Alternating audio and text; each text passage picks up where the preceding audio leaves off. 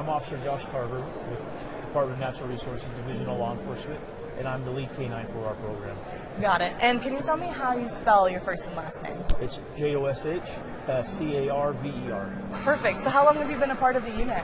So I've been with the K-9 probably essentially from the beginning. So I've been in with our department 10 years. Wow, got it. Yeah. So I understand there was an incident that happened on the 31st of January. Right. Can you tell me about that? Yeah, one of our officers was just out on general patrol and heard some of the dispatch conversation saying there was somewhat of an incident that occurred probably on I-15, or sorry, not I-15, but the I-70, Okay. I believe maybe. And of course, we're a K-9 unit, so our dogs are trained to track. And so they said this individual had fled on foot, probably was either in distress or something was going on, and just need to be found for safety reasons. And our officer engaged in that track and was able to locate this individual. And this was with the K-9, right? Correct. Can you talk to me about, again, where they were and kind of what they found? Yeah, so our officer arrived on scene. Of course, we're there to help, assist any other department that needs our assistance. And our officer arrived on scene, Officer Lilga, with his K-9 Hawk, and they just were given a general direction where this individual had probably left on foot. He was able to pick up the scent pretty quick, cross the fence, and on the body cam video, you can see the dog quickly engages in this. And then from there, he was able to just continue on that track and found this individual. She seemed to be in distress, and they were able to offer aid. And so K-9 Hawk did his job exactly as he's trained to do. So the dog's name is Hawk, like the bird? Yes. Okay. Yeah. When I was talking to Chase, when he first told me about the story, he mentioned that they were kind of on a remote road. They found the car first. Right. Can you tell me about that, like the terrain, what they found first, and that sort of thing? Yeah, and our dogs. So when they arrived on scene, Officer Luga, I'm sure just in the training that he's been through, I'm sure he looked at what was going to be the best chances of being successful. And, remote areas are kind of our thing. That's kind of what we deal with most of the time. So this is going to be a vegetated area, more mountainous. And so he was able to, start that track. Our dogs tend to pick up that pretty quick. Urban tracks are pretty difficult, and this one was a little easier track just because it had more vegetation. And so, of course, all tracks are hard, but this one was probably a little easier just due to the vegetation.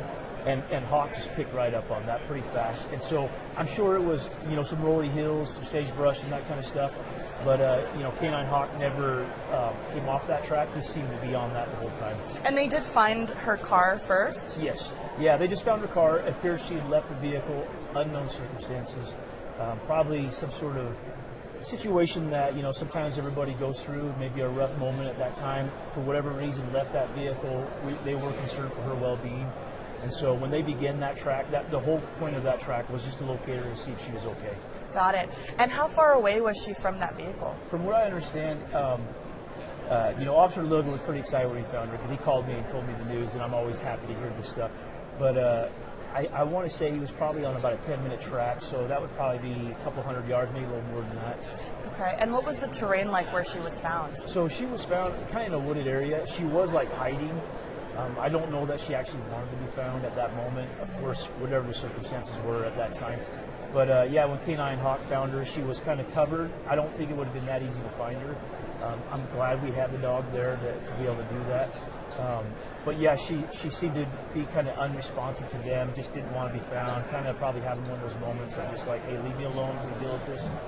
They offered aid to her. She did take the aid, and K-9 Hawk was pretty happy. He found his toy. He got his toy to play with afterwards. So. Wow. How does the K-9, how did he get her scent to begin with? Yeah, great question. So a couple ways we train our dogs. We can train our dog from the actual vehicle itself, wherever they were sitting. I've actually deployed my dog in the actual driver's seat, let them sniff the seat, and then start their track. Hawk didn't need to do that. Officer Lilgay explained to me that he just put Hawk where they thought she last was seen, and he just started her, and he just picked up the odor from there. And so they're scent discriminatory dogs. They will pick up that odor and stay on that track the entire time. Wow, that's really, really cool that they can pick out that scent. How hard is it to train these dogs for that? Yeah, that's a great question. It is difficult. it's a lot of time. One of the things I feel like we're pretty lucky with the Department of Natural Resources is that we invest in the training and in the time with our dogs, so we are given that opportunity to train. And so for us, it's just take advantage of that training and be successful. Officer Lug is a hard worker, Hawk's a hard working dog, so great combination. How do you spell that officer's name? Yeah, it's a great question. So it's Lilga is his last name, and first name is Corey, Kory. Thank you. And his dog Hawk. How old is Hawk? Do you know? So Hawk is he's 4 years old, and he's been on the department for 3 years. How many canines do you have in the department? So we currently have 5 canines, and we have 4 labs and 1 German Shorthair. Got it. And no one is disputing the really good work that they're doing. But I always ask this: how much does it cost to have them on the force? Great question. So it is expensive because any upkeep, and training, you got to pay for that. And so it depends. The average dog could be anywhere from $4,000 to $30,000 if they're already trained. So for us, we actually get our dogs as puppies for the most part, so we save a little money that way. We engage in the training with the dog. We go through the whole academy with them. And the cool part about that is you build that strong bond, and then the training kind of becomes just part of their routine. And as the officer's out patrolling and working, the training consists of that kind of environment as well. So I don't know, it can be really expensive in the long run if you were to go maybe another avenue, but for us, we try to cut corners that way and saving money. But yeah, really the cost of the dog food, the upkeep, the medical, and that kind of stuff, and we take that serious, and so our dogs are well taken care of. Yeah, absolutely. Well, and how vital would you say they are to the department and what you do, especially in situations like this? Yeah, great question. I think they're obviously the most vital thing. I love our K-9 department.